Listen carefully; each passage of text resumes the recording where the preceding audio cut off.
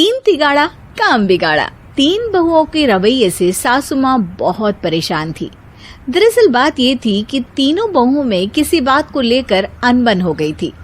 तब से ही तीनों एक दूसरे से मुंह फुलाए रहती थी। ना कोई सीधे मुंह किसी से बात करती, ना किसी का कहना मानती।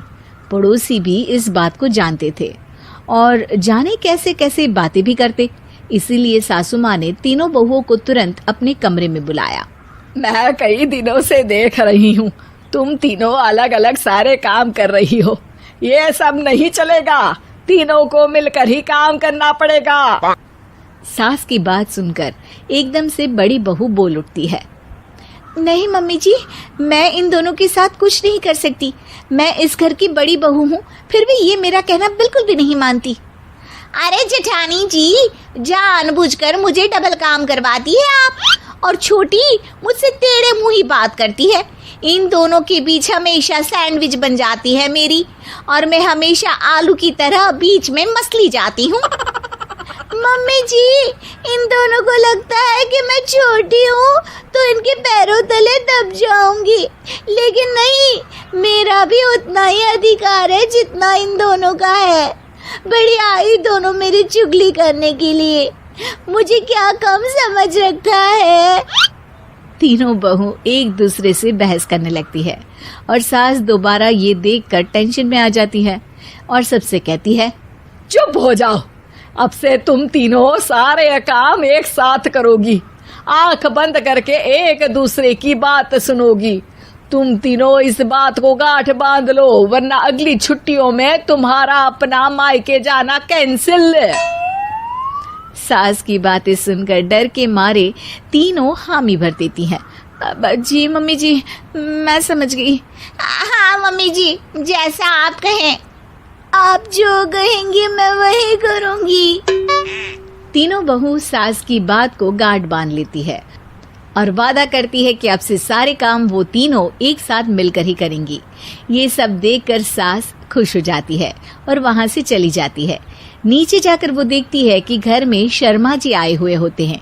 सास जोर से आवाज लगाकर कहती है, अरे बहू, जरा चाय बनाकर तो लाना, शर्मा जी आए हैं। सास की बात सुनकर तीनों बहू तुरंत किचन की ओर भागती है और चाय बनाना शुरू कर देती है। मुझे तो एकदम मसाले वाली कड़क चाय पसंद है, तो हम शर्मा जी के लिए मसाले वाली चाय ही बनाएंगे। अरे नहीं दीदी, गर्मी के मौसम में मसाला चाय कौन पीता है? मैं तो शर्मा जी के लिए इलायची वाली चाय ही बनाऊंगी।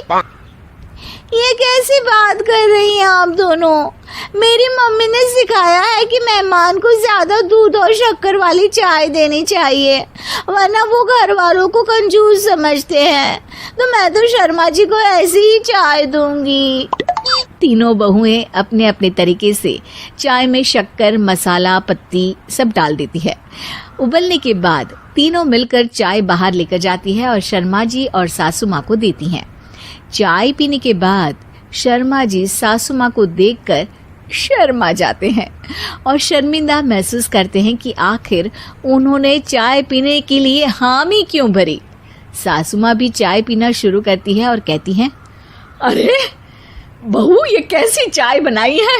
चाय है या मीठे दूध की बासुंदी? हाँ, चाय अच्छी नहीं लगी क्या? कोई बात नहीं, हम पराठा बनाकर लाते हैं। चलो चलो अंदर। हाँ चलो।